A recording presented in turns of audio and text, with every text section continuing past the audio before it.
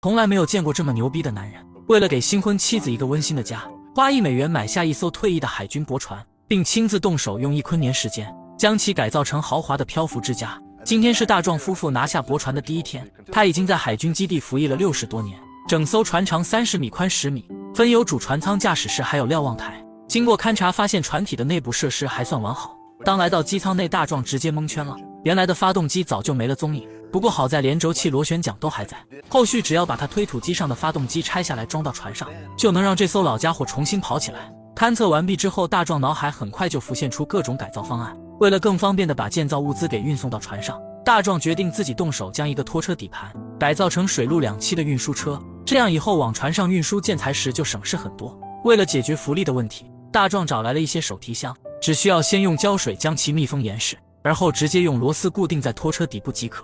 虽然方法简单粗暴，但却非常的有效。最后再给尾部装上一个电动马达，一个简易的水陆两用运输车就完成了。为了检验运输车的实用性，大壮立即将拖车拉到岸边，把它缓缓推入水中。虽然样子看着有些奇怪，但是没想到开起来竟然异常平稳。如此一来，运输物资的问题就得到了完美解决。按照国际惯例，改造的第一步肯定就是大拆除。夫妻俩戴上手套便开启了疯狂拆卸模式。他们首先把船舱外部没用的东西全部拆除干净。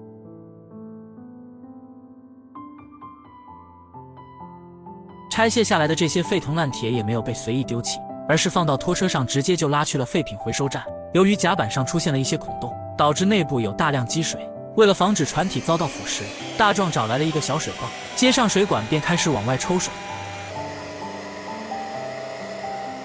为了尽快地拆除掉船舱内部的多余结构，大舅哥也前来帮忙。他们掀开室内的地板，发现下面是钢结构的龙骨，这些也都需要统统给拆掉。经过几天的奋战，他们终于将内部的多余结构拆除完毕，把最底层的胶合板揭开来，就能清晰地看到湖面以及驳船的钢铁骨骼。不过这些板材状况很好，可以继续保留。接着他们找来高压水枪，对船舱外部以及甲板进行全方位的清洗。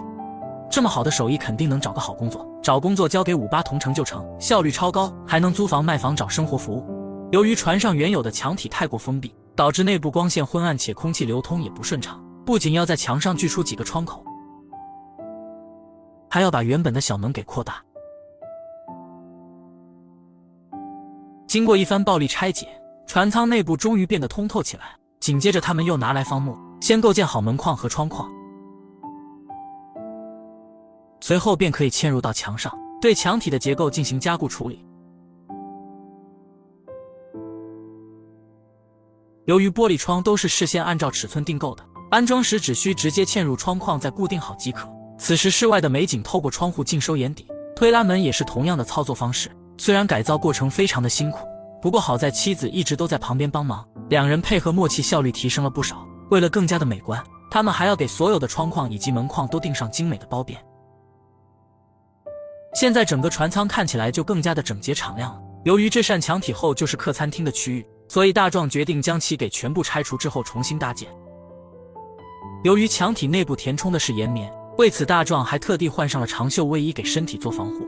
而拆下的保温拆料也不能浪费，只需要将其裁切成适合的大小，就能嵌入后面的墙体二次利用，这样还能省下不少的马内。接着大壮继续拆除墙体上不需要的框架。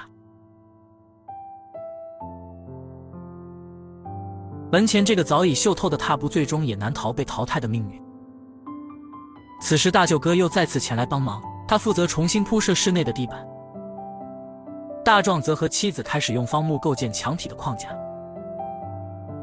为了提升居住的舒适性，他们还在墙上预留了超大的窗框以及2个门洞，接着就可以拿来胶合板开始密封墙体。密封过程中，大壮特别注意接缝处的处理，确保每一处细节都严丝合缝，避免后续出现变形或漏风的情况。考虑到海上湿气较大，还要给墙体裹上一层防潮膜。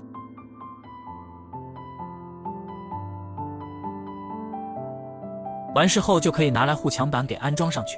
这种材质不仅纤薄柔韧，且自带卡槽，安装起来就非常的简单，只需对准拼接起来，再用气钉枪固定即可。现在整个船舱的主体改造就基本完成了，接下来就到了室内的装修工作。